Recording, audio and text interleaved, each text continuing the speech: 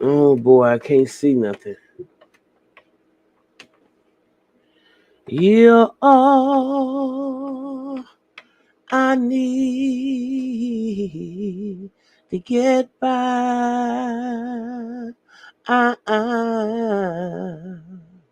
You're all I need, babe, to get by. Ah, ah, ah. Mm-mm. Like sweet morning dew. I took one look at you, and it was plain to see you were my destiny. With my arms open wide. I do not know why I cannot get a visual here. See what's going on. But why am I here? Why am I live right now? Why am I live? Because I heard a brother do a very good show tonight, and I know that a lot of y'all probably watch him. If you don't, he was in line back in the day, and he's out of LA. Um Zoe Williams, also a friend of most of the comedians running around there in LA, like Freeze Love and Corey Holcomb and those guys. But Zoe reads a lot, and for that, I like his content. And so tonight he talked about something that usually people shy away from. I mean, everybody shy away from our toxic families, and I don't know if that's good, because what do you do when you have these families, that are just freaking plain, nuts, and they haven't learned how to resolve issues. They don't have many tools in the tool shed, but you love them. And when does it get to the point where you have to leave their thoughts where they are and continue to nurture your own thoughts, no matter how mad and angry they get with you? The bad thing about it is to be in love with somebody, okay? And they're toxic. See, and that's what we start talking about when we start talking about the hard headedness or the stubbornness of human beings. Because a lot of times we can know when something is bad for us, even when a person is bad for us. We continue to dibble and dab, or go back and forth. Um, we divorce somebody, and then start continuing to have them while we're dating somebody else. All kinds of crazy stuff and tricks that the mind plays on us when it don't want to do right. When it doesn't want to call itself to attention. And so tonight I was just thinking about toxic families. Oh my God. What do you do? Because I can just tell you this. I grew up in an extremely religious household. Extremely religious. They were so religious. Um, and the worst part about that is most of the children had to perform like little soldiers. Okay. I mean, we could sing on cue, we could play instruments on cue, we could do all kinds of stuff that basically my parents were, more specifically, my mother was just glad to be able to show off. My father, on the other hand, had to have been what you would call. Now I love my parents, so I don't want this. I want this to come across the way it should, which is when you can love your parents and see them as the infallible beings that they are. Okay. My father was a complete narcissist. I mean, he had to be. As and I believe my mother at some point, because of the nature of the church and the dynamics and how all that stuff is set up like that, or the mosque, I think sometimes it breeds these behaviors. Okay. In my family, I was glad I got a chance to talk to my mom about this, and as women, we talked, and I said, "Mom, I don't ever remember a lot of compassion that you and my dad, showed us as an example. And I think that's a problem in my interpersonal relationships." I said, most of the things I saw from y'all was really arguing. I mean, even though you guys stayed together, and dad was he was a great provider. Because back in them days, that's all they did. You just had to have a provider. Nobody gave a damn about your emotional um well-being, you know. And I think a lot of people who grew up in a situation where the parents are dysfunctional, we know when our parents are dysfunctional, and it doesn't mean that you don't love them. So, because we don't want nobody to feel an innate guilt that you would feel if you feel like you're talking about your parents, and it's more specifically your mama, because there's just something about the mama you attach to her in so many ways because you grew up in her. So it's okay and it's understandable. But when you know you are a full grown adult, at some time you have to say, no, mom, I appreciate what you tried to do, but what you said and what you did, and that doesn't work for my life. It may have worked for yours, but it doesn't work for mine. Okay. And there are very few black families specifically that can talk like that. You will get ran out the door. What? Cause, but when the parent is trying to be healthy or is healthy, then they can sit back and listen to another adult and recognize that they understand that they did the best that they could.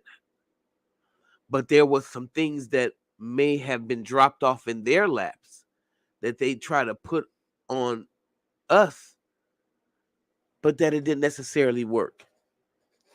And if you don't get to have those conversations with these people, then that brought you into the world, a lot of times you can't be whole, because you're the sum of them, and plus whoever they came through, and whatever is generational, right? And then you got your individual cross to bear. But when you have a parent,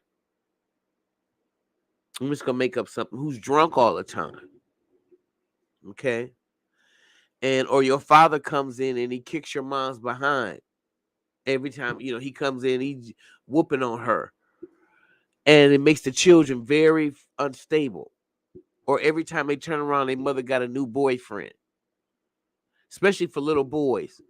That's very difficult.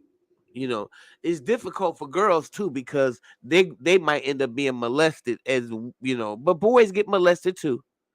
But I'm just saying it happens more with the girls, and there's no um there's no shield against that unless you and your children have good communication. There's no shield against that unless you trying to be healthy. What happens when you got two unhealthy parents? And I'm up tonight because this is bothering me. Um, and when you see things that bother you, you have to talk about it. You have to get it passed, and know and hope that that message touches one of God's children, and that may be living in that situation right now. Um, don't know why their mother or their father picks on them, and they may have a sibling or um that the mother seems or the father seems to inevitably let them get away with everything. All those little things poke holes in your spirit. See? And when you got a lot of holes poked in your spirit, it gets really difficult to fly. It gets difficult to have, good self-esteem and confidence in a lot of things that you do. That's why I always said, listen, in order to heal, we know this information now. We didn't know it 20 years ago. Our parents didn't have Oprah. Hell, they had a damn ironing cord or a strap to beat your ass. That's what they had. Okay. And then if you had some of them that was so out of control, they'll hit you whatever they could pick up.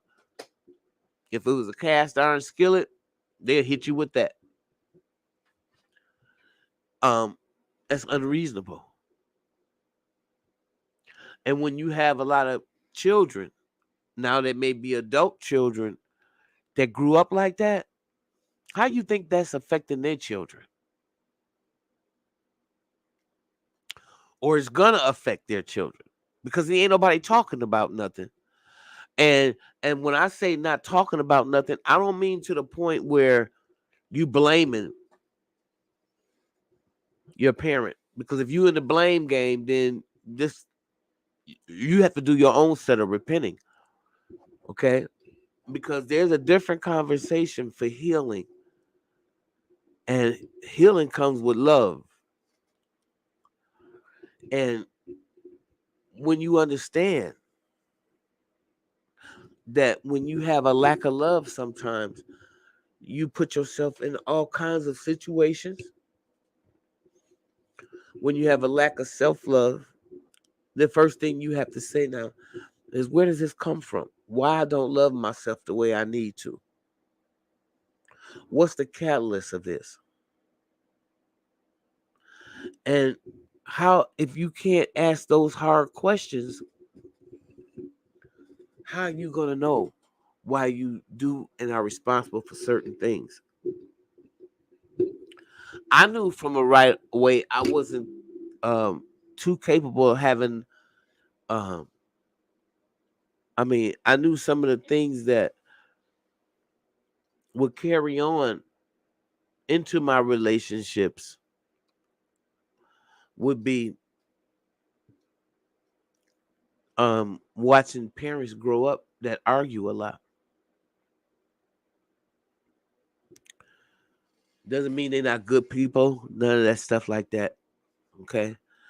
But when they argue a lot and you constantly see them fighting, or not physically, but verbally, is just as bad. So when a kid grows up and he's constantly seeing his mother or his father hurt with words, that puts another tear in the little baby's heart. And it further develops a behavior in them that's going to allow the same type of behavior to come out when they get involved in a relationship with a significant other. If you are a parent that allows everybody to walk all over you and you like a doormat, and different men are coming in, or just using you and abusing you, and you are accepting this, and your children are watching you, they're not going to be in very healthy relationships. I can tell you that right now. And if you change in partners like you change your clothes, you can forget it. Children need more than financial. They need our emotional development. And if we're not emotionally developed, it's like we can't give them that. It's not like we can give them if we're not emotionally developed. You understand what I'm saying? So what happens is you have a lot of wounded people run around, and this is especially for the Black community. Let's just keep it specific.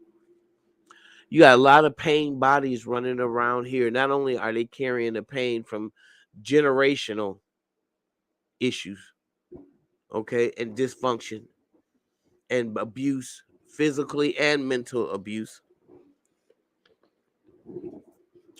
Now you bring it on down to their little life. And then we watch our parents and whoever raised us, our care providers, whatever, see them with the same fighting, the same struggle, the same abuse, the same disrespect of one another. All of it. Now you see why our community can't heal. We can't even heal for ourselves because of the trauma. And then after that, we still have to deal with the trauma the larger society is trying to put on us. Now, ain't that something? Not only do we got to deal with the trauma that we carrying on around generational, huh? Now we got to carry around some damn trauma from hundreds of years. All of it living free in our bodies. And a lot of us don't know why we act that way. We just think, oh, that's just the way I am. Never getting quiet and be, just getting still and trying to find out, Lord, where do I fit in? What is wrong with this? I'm not comfortable how I'm living. I'm not comfortable how I'm reacting.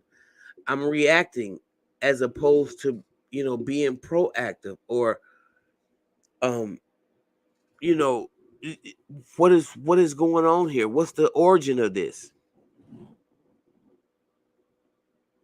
Why do I react to all this stimulus? Why? And it's not until we get still and start asking those questions can we honestly get answers. Okay? Because a lot of us can't get answers because we don't ask these valuable questions. These questions are important. We can't keep running around act like there's nothing wrong with us. And this is how all everybody live, and this is how all good. This we can't keep lying to ourselves that way. And the fact that we have family members and we can't have a conversation with them without it being a fight, or them making excuses and being flying monkeys and growing up in households where there's nothing but gaslighting, projection, scapegoating, all that going on. A lot of people say, "What the hell is those terms you use? What are you talking?" That's how you know how much work that has to be done with us.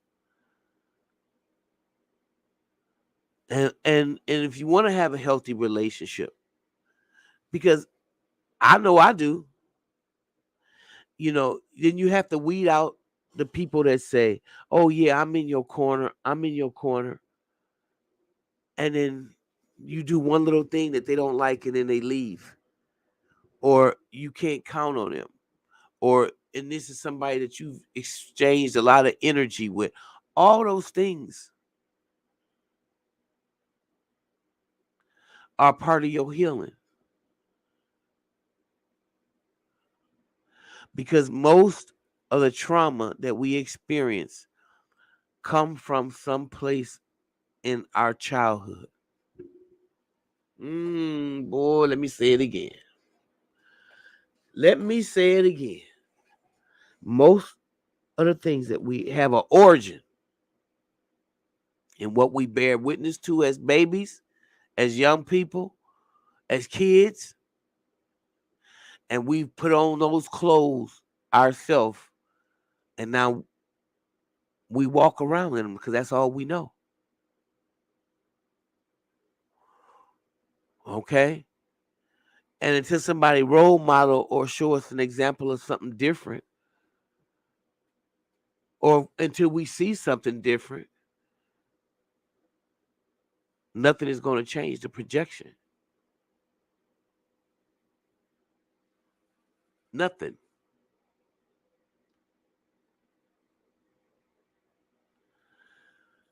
So I just want to make sure we all know how important it is. I'm not going to be on here long. Um, we have to be able to see that what we do as in our homes, in our neighborhoods, all those things affect the energy that go on in our community. And some of us have to start with, when you got a 13 and a 14-year-old parent and nobody's guiding them, then we already know where some of the problems is. And we probably have to align those people up with special programs and agencies that will give them or allow them to have the guidance and the mentorship. Because a lot of us, my generation, had mentorship. If we wasn't, mentored from, and I mean, doesn't mean we were perfect, but what it meant is we had people that still tried to tell us right from wrong. These young kids, a lot of them don't have the mentorship. And they 6, 7, 8, 9, 10, growing up in a jungle inside their home.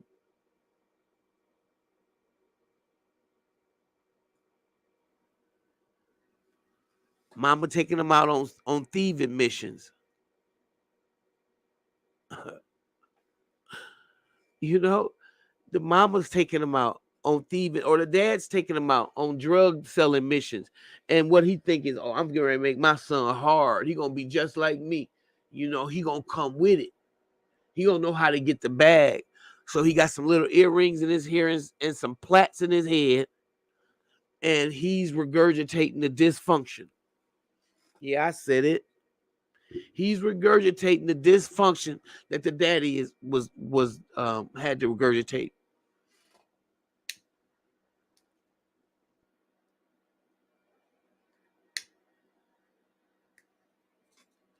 Who thinks we can go on that way? Anybody. And the older you get, if you want your load to be light, those are the things you got to address. You got to start talking about those old child. You got to get in there and clean out them wounds. Clean out why you codependent.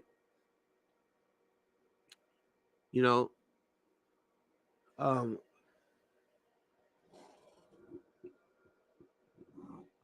why?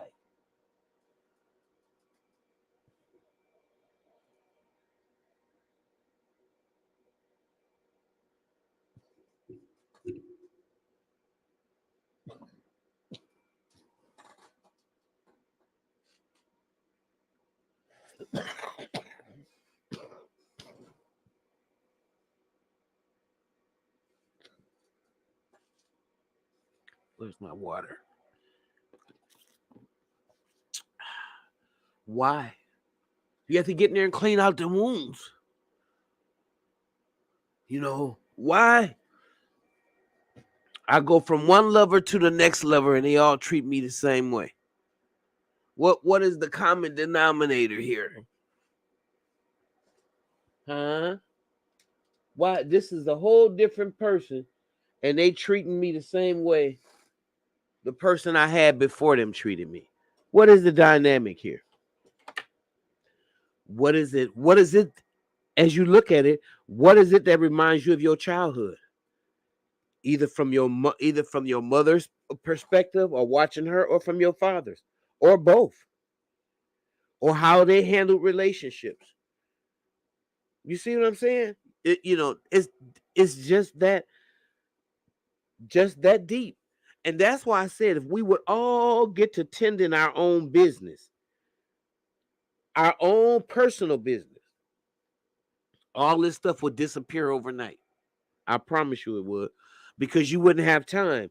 And you would see how much work that you got to do. You got to see how much work got to be done. But see, guess what? The powers that be, that they know that. They know in order to keep a society sick, you got to keep their wheels spinning. Okay? And keep your wheels spinning and make you regurgitate madness all day long and normalize it. Okay? And make that a normal standard. It's up to us to reject it. It's up to us to go in again, clean out them old wounds. Try to see the string between the bad relationships. Try to see wow, I did the same thing here that I did there. Um, I really do believe in some relationships, and maybe when y'all meet again in some other plane and some type of some other life, y'all will come together or y'all will stay as far away as possible.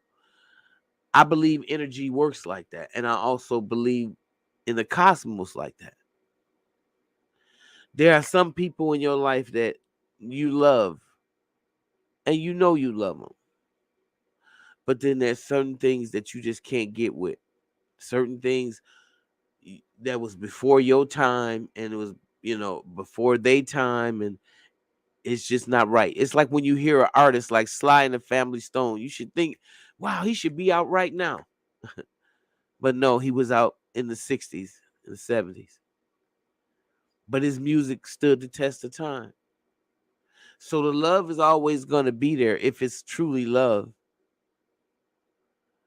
But you have to figure out a way to rid yourself of the dysfunction, because if people aren't working on themselves, if you don't have the tools in your toolbox to say, hey, listen, can we do this or can this, and the person is unreceptive or can't get with that kind of communication, there's no way in the world that a relationship is going to evolve. And then that means there's another person you done got used to not having the best from, and not allowing you to be your best.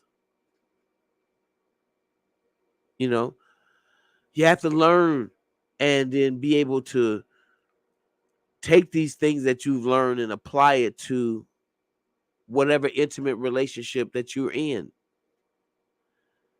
And hopefully they're doing the same work on themselves.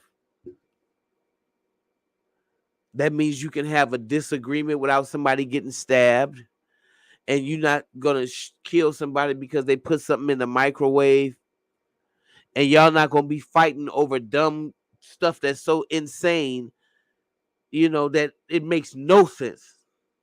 And then the baby sitting on the couch looking at it all. The baby can't even sit up straight. It's one of them little bitty babies sitting up there watching all this craziness, dysfunction, and y'all sitting up here arguing about who put the damn food in the microwave, and you better not put yours in there before I get mine in there. Otherwise, you're going to get stabbed in the neck.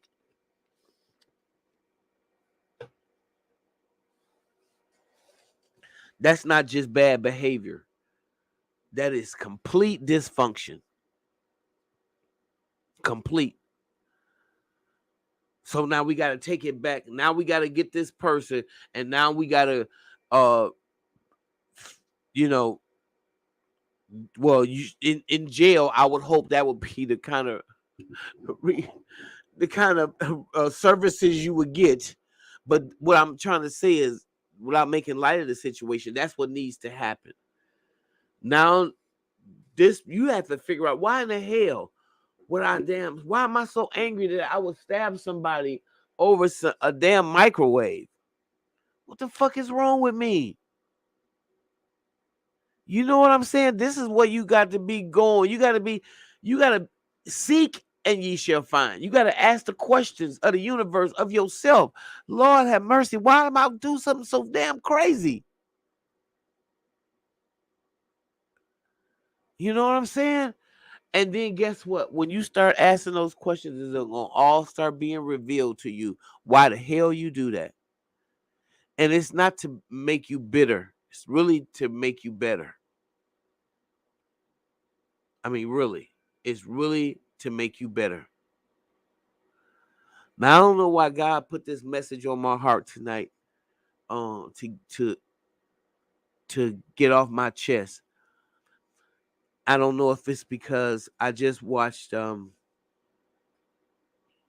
one of my foster brothers had a little baby, a little girl that was um had cerebral palsy from the beginning.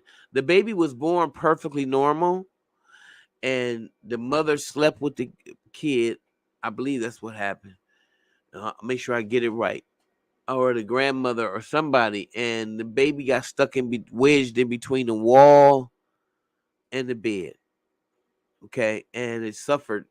So they didn't expect the child to live very long, maybe only a few years. In fact, she lived 20, almost 20 years, and so she passed away. And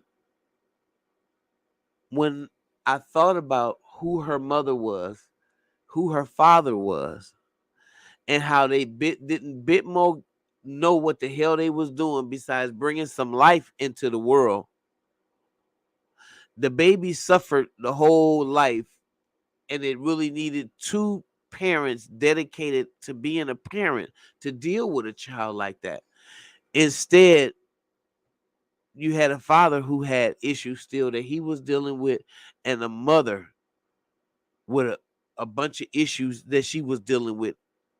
And it didn't matter that they would go to school or what. The father stayed in jail all the time, but the mother would go to school and really try to.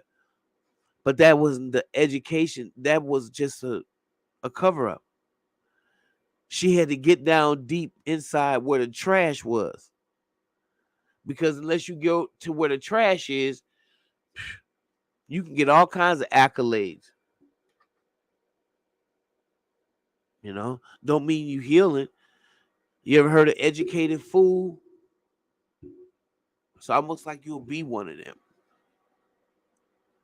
So I saw a lot with her, the mom, her dealing with this crisis with her daughter um, being dead. And so I had to tell her, in my humble opinion, you know, her body was breaking down. Listen, she wasn't supposed to live that long. God allowed her to live so much longer. And you gave her a quality of life that I'm sure a lot of people, it was hard. She couldn't walk, but she was tall, and so it was very difficult. And I think that you did the best you could. And so I'm gonna honor you for that. And I know the hard times that you had growing up. So I know that it was a challenge for you. And so maybe it's time, and God called her home. She made the transition to be with the ancestors so you can start focusing on yourself a little bit more. I'm hoping that's the lesson in all of this, because she needed to be at peace and out of that body. That body did not serve her very well.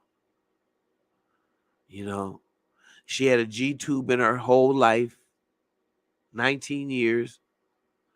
Nobody can survive not being fed through their mouth, you know? So I recognized the people that wanted to keep her alive might have had different motives. You get what you know what I'm saying? Not so necessarily the mother, but other people that were involved. So I said, wow, look at here. Well, whatever that was covering up, you got to deal with it now, because she's gone. She's gone. And I would hope that um, the mother gets the therapy and the help that she needs, so she can heal because she's been through so much. And hopefully, she can start her process to healing and knowing that it's okay to have separate belief systems than her mother had, you know, because her mother grew up in a day like I did where you kept everything secret. You know how it was. Somebody get pregnant and they send them down south and you never see them again. They come back and they don't even have no baby. They don't have nothing. And you be like, where the baby at?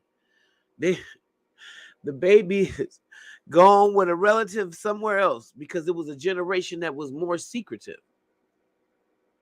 It wasn't like it is now, where everybody do everything on out there. So it is what it is. It really.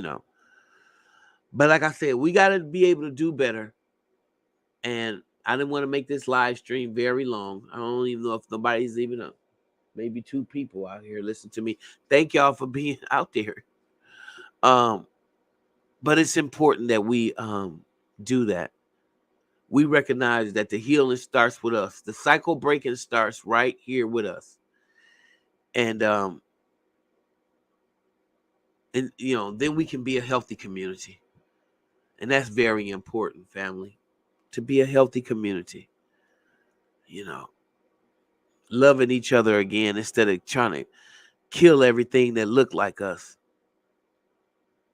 because the hatred has been so ingrained in us.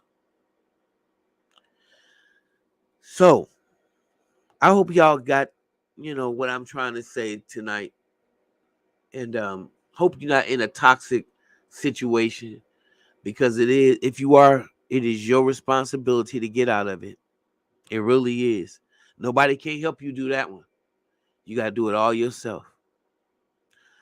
So with that being said, if you join me next time we do this live stream, I'm going to schedule it so that way you'll know it's coming up. And hopefully we can get a good conversation going. And I'll see you next time in the mental house.